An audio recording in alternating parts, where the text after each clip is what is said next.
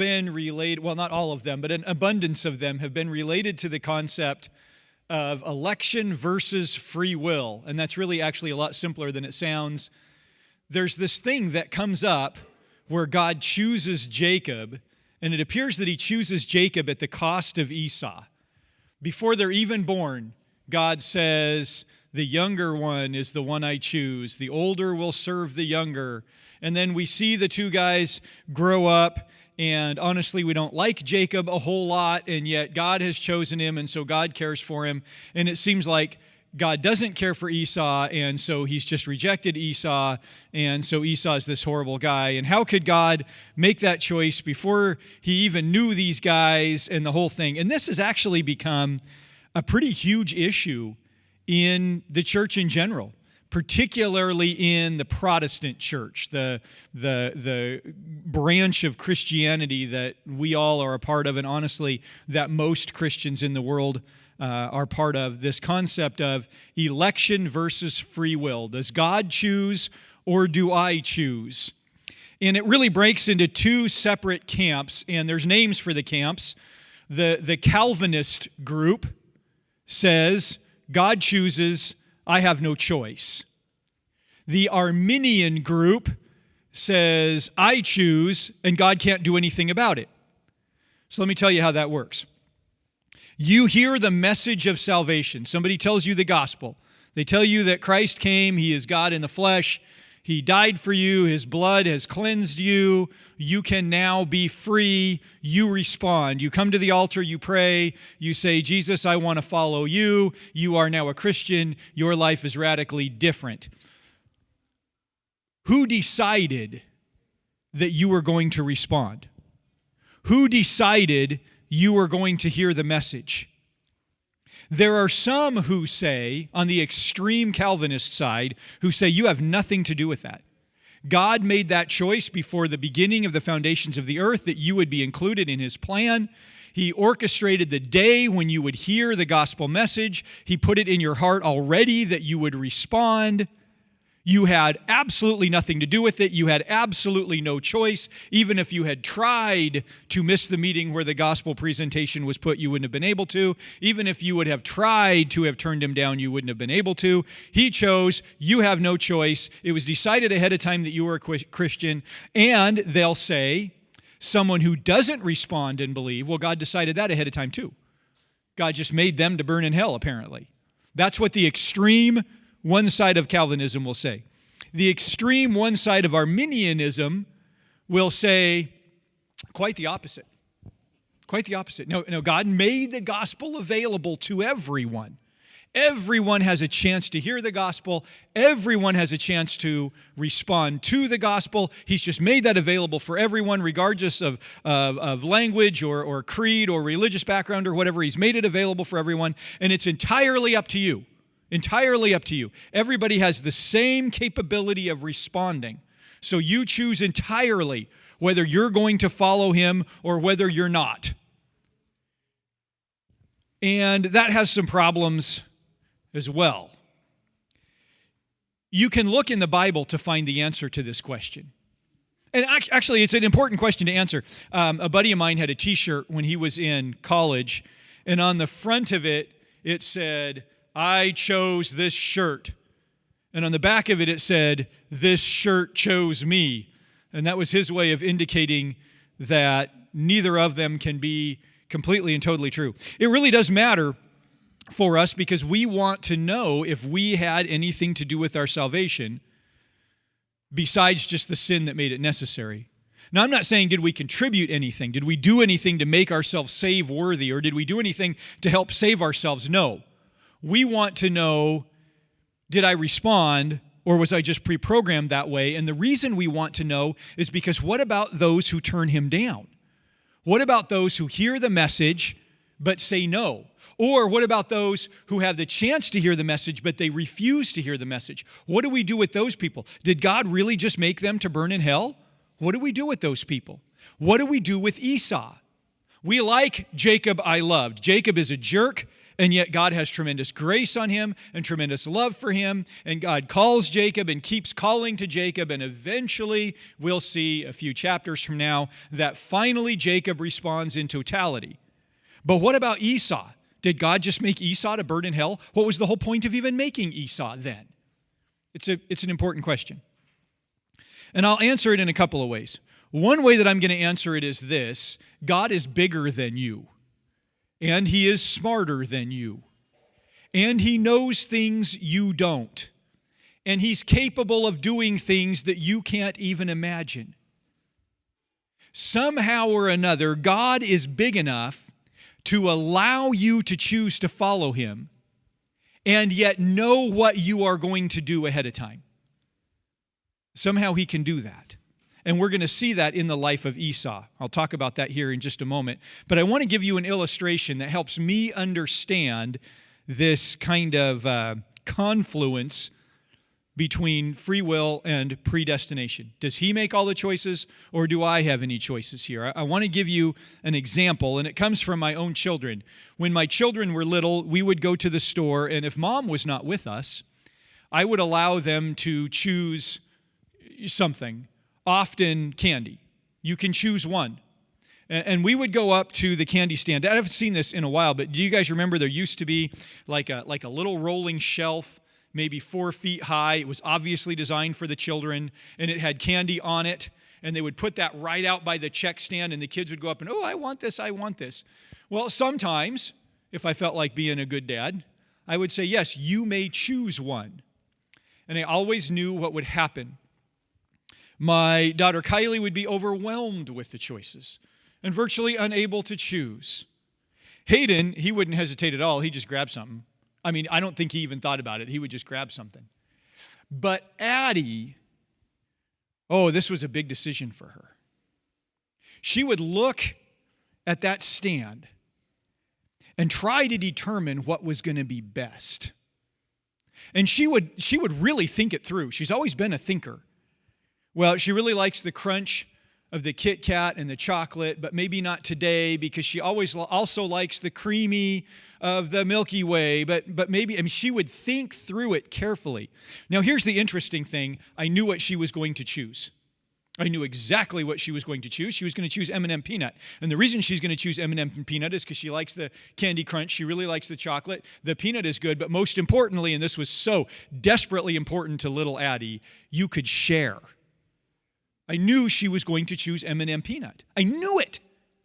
We would stand there, and they would be like, I don't know. And she's sweating this decision, and I already know what she's going to do. Finally, Kylie's given up and thrown something on the belt, and Hayden's, his has been up there all the time. And finally, it's our turn, and the checker starts checking stuff, and the whole world is waiting on Addie to the point where I would often just grab an M&M Peanut and put it up on there and look at the checker and say, this is what she's going to choose.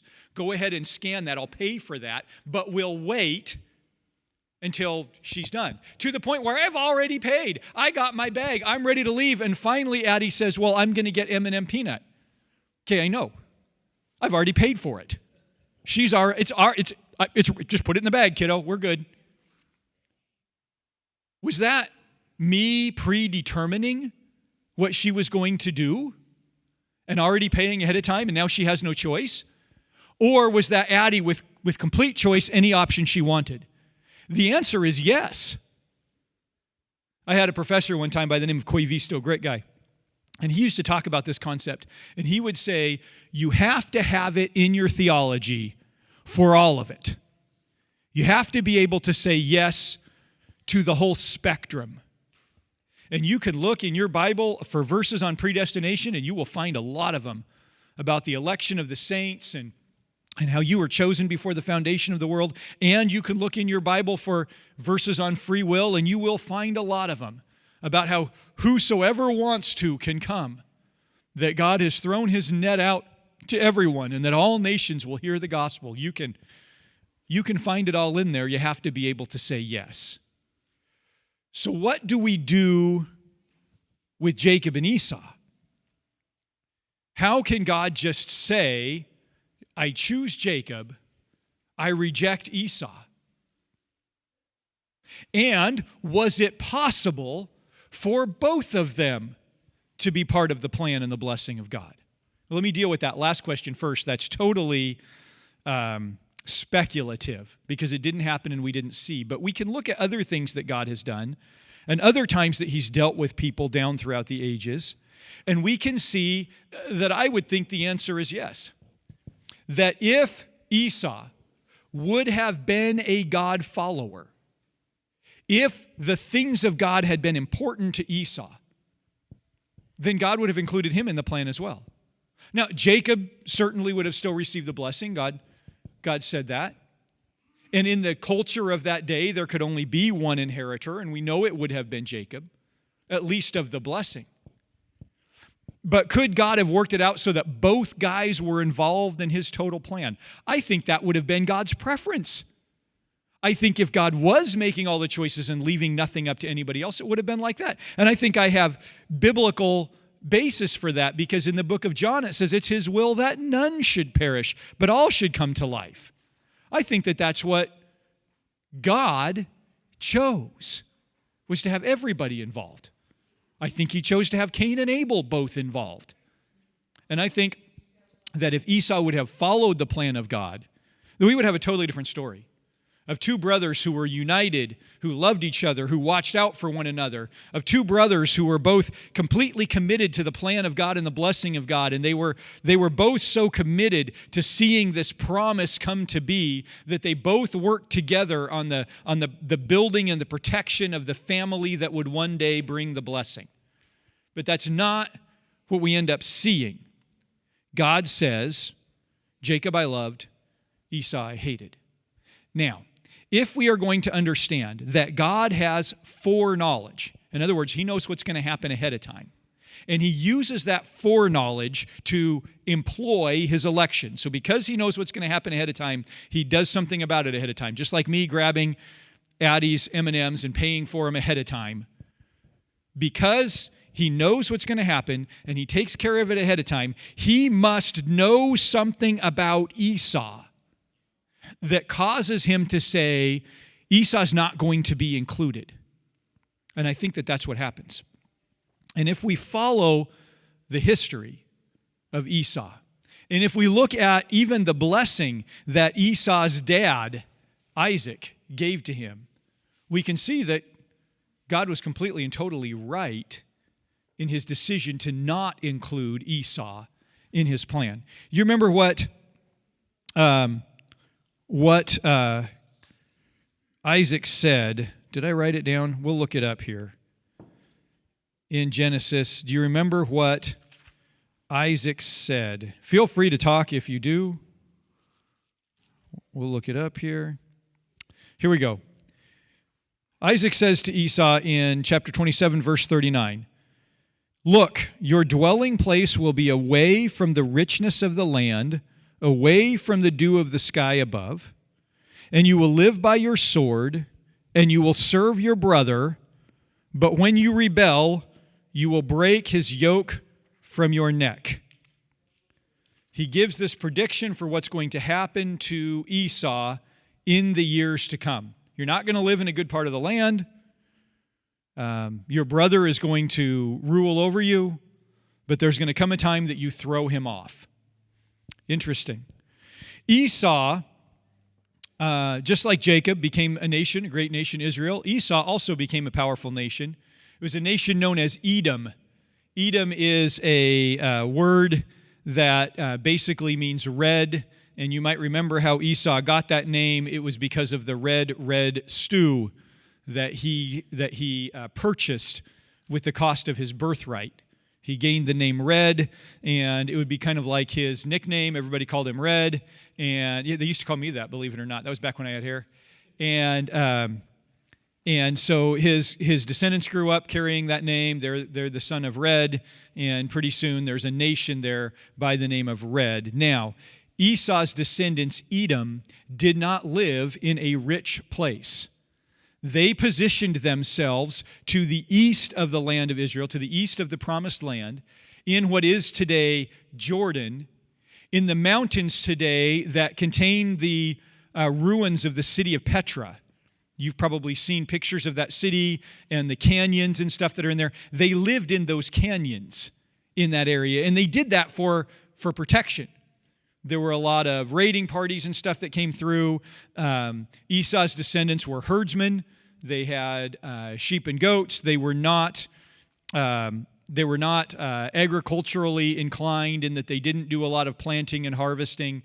They did trading for that. They actually gained a little bit of wealth because they found copper in those hills, and they traded that copper with Egypt. They traded that copper for the wheat that they needed and for flax to make linen and those kinds of things. They lived in there, and the whole time that they existed, they were a continual problem for the people of Israel.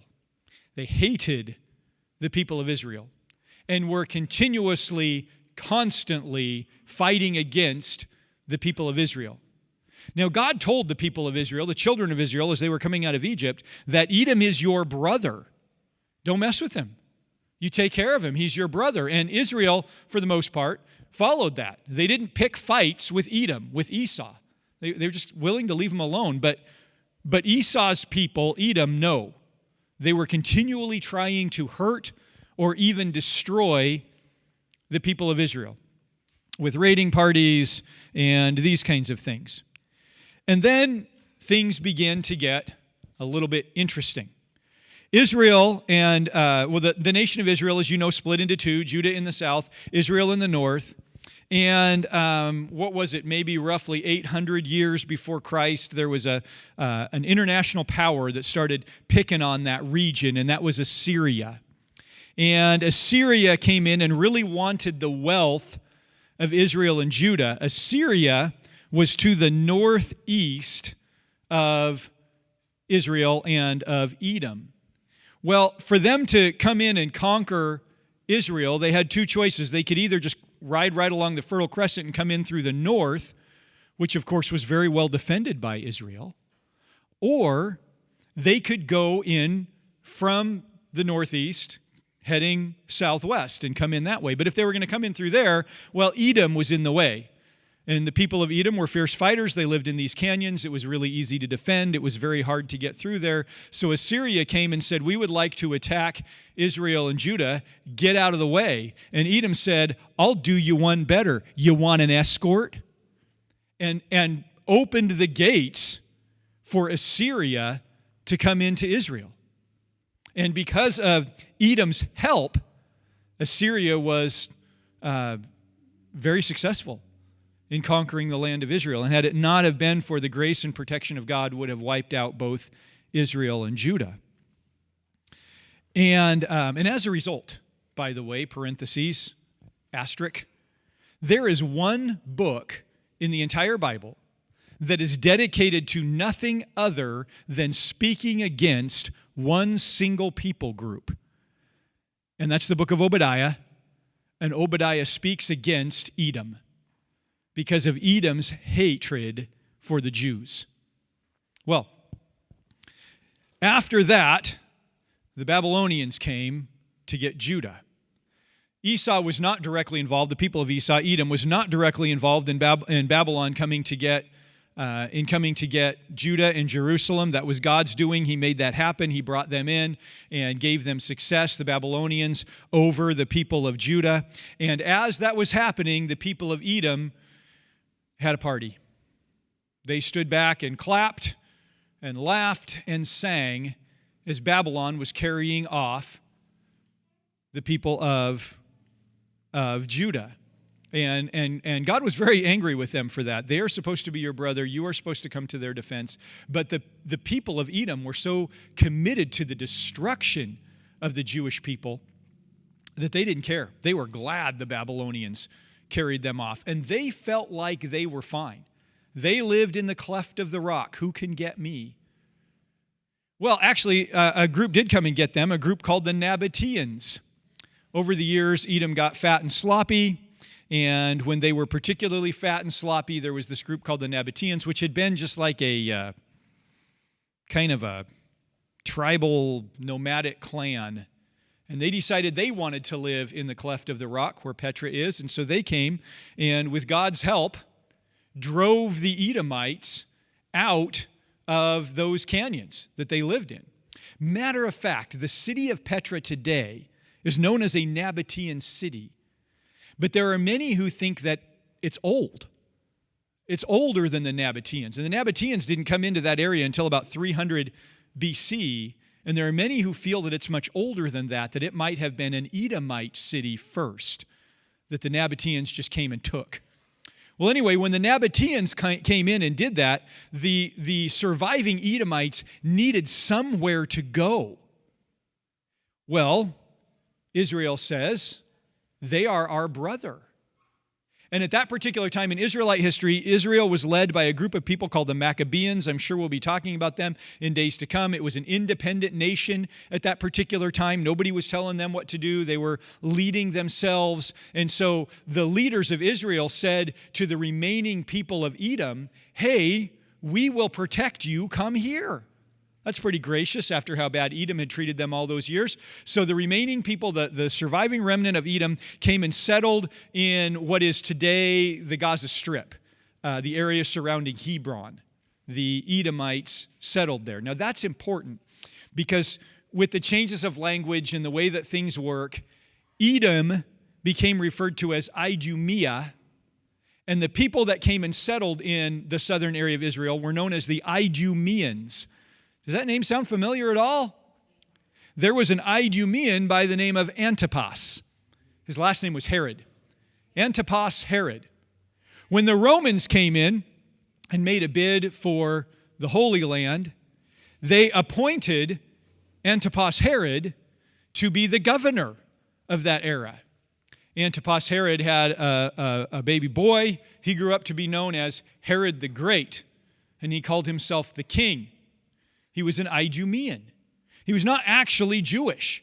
He was not actually part of that community. Now, the Jews accepted him because he had been circumcised. He said, I am adopting your religion. I'm going to be like a Jewish person, but he was not.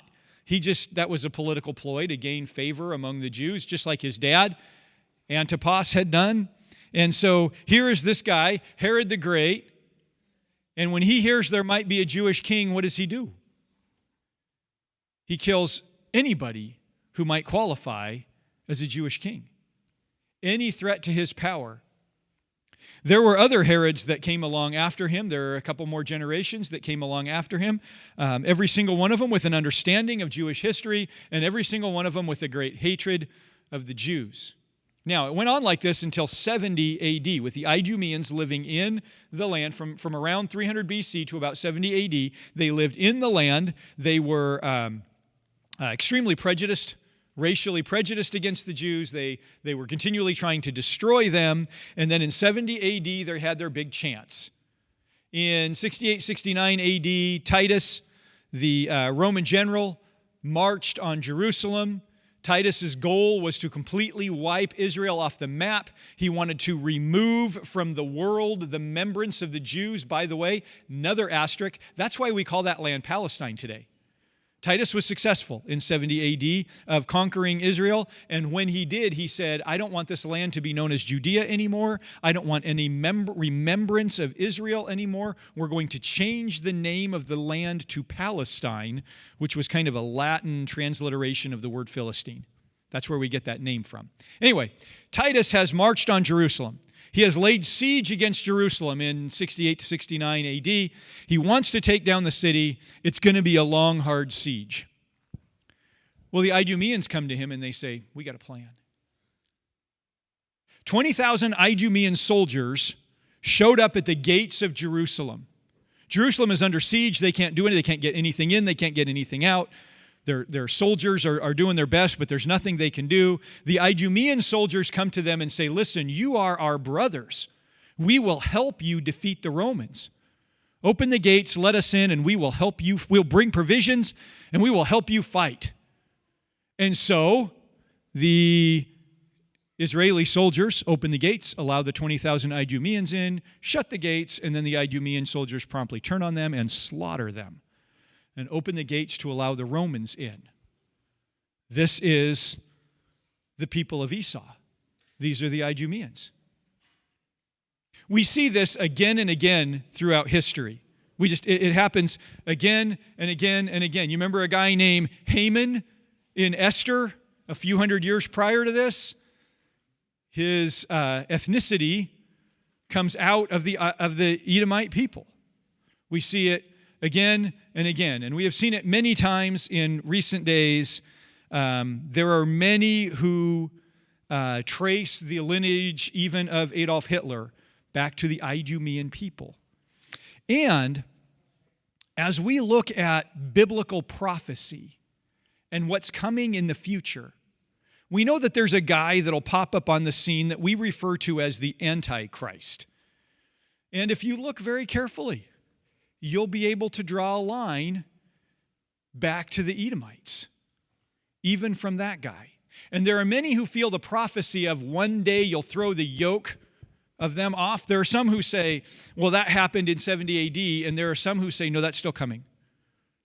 Because we know that the Antichrist will set up a new abomination of desolation in the new temple, and there are many who say that's the moment. That's the Edomites' moment to finally have victory over the Jews. They think that they're finally going to wipe them out once and for all, but of course, we've read the back of the book, and we know how that turns out, and it's not very good for what's left of the Edomite people. Now, I tell you all of this history to tell you this. God knew. God knew. I believe completely He made both Esau and Jacob with the complete opportunity to be part of His plan. He gave them both equal opportunity to be part of His plan. But He knew ahead of time that Esau had a spirit of rebellion and hatred against His plan. We can see it just reading the story of the two guys in Genesis. He despised the plan of God. He was more than just not caring about it. He wanted it eliminated. We can see it from the very beginning when He says, I'm going to murder Jacob, and everybody believed that, He was actually going to follow through with that. God saw that spirit in Esau. He saw that spirit in His coming people in the nation of Eden, and He said, we're not going to mess with this guy. Israel, listen, you need to be patient. You need to be polite.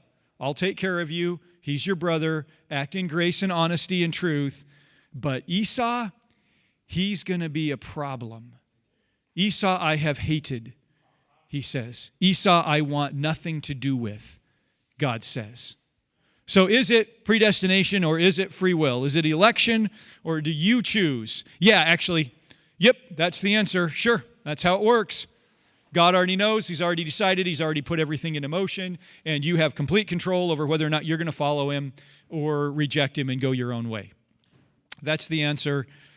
That's the best that I can do to fully answer that question for you. If you have more questions about that concept, let me know. Somebody brought to me another question earlier this week that we're going to be working on. And if you are not taking part of the Wednesday study, you really need to start taking part of the Wednesday study, whether you're here in person or whether you catch it on YouTube afterwards. If you say, I'd really like it in a different format than YouTube, let me know what that format is, and we'll podcast it or whatever so you have access. And as you are listening, if you come up with a good question, let me know, and we will discuss it on Sunday morning before church. That's what I have for you this morning. Let's pray. Lord, we thank You that You have made Your word so clear that we have the opportunity to follow You. And I pray that each one of us would have heart that is soft for You and committed to Your plan. We thank You. Amen.